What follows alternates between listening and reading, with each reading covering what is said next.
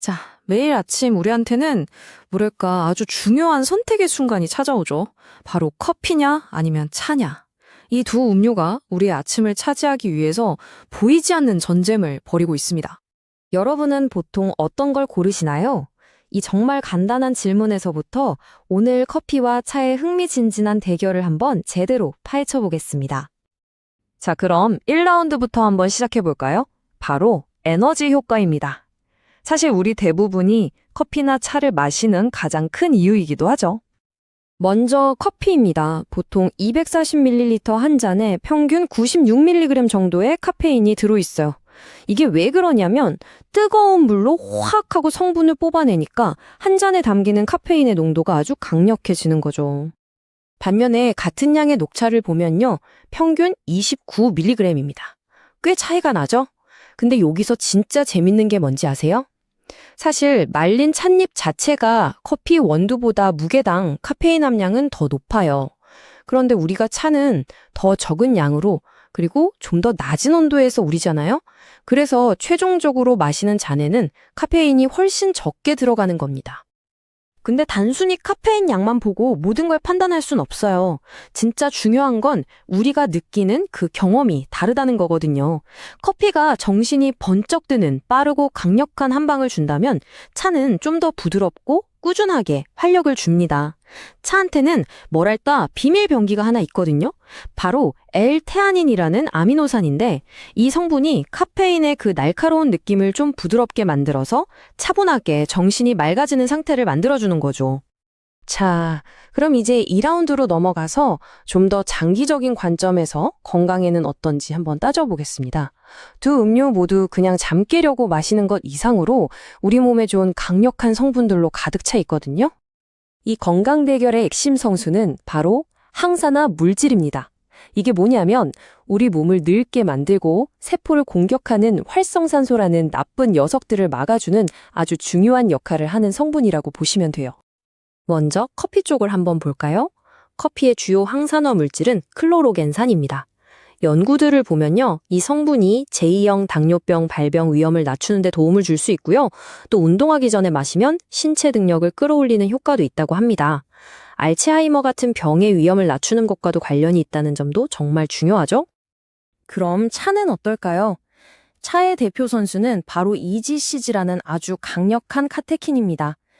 이 성분은 우리 몸의 나쁜 콜레스테롤 수치를 낮춰서 심장 건강에 도움을 주고요. 신진대사를 활발하게 해서 체중 조절에도 긍정적인 영향을 줄 수 있습니다. 심지어 암세포가 자라는 걸 막는 효과도 여러 연구에서 밝혀졌습니다. 그런데 말이죠. 염증 얘기를 하면 상황이 좀 재밌어집니다.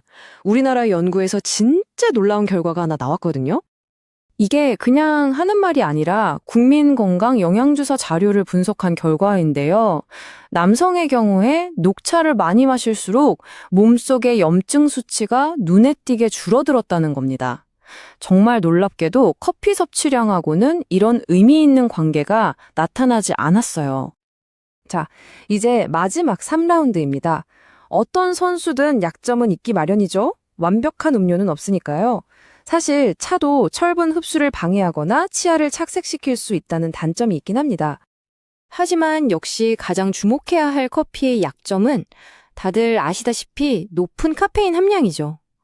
이걸 너무 많이 마시면 불안하거나 잠을 설치기도 하고 속이 쓰리거나 심장이 막 두근거리는 사람도 있잖아요.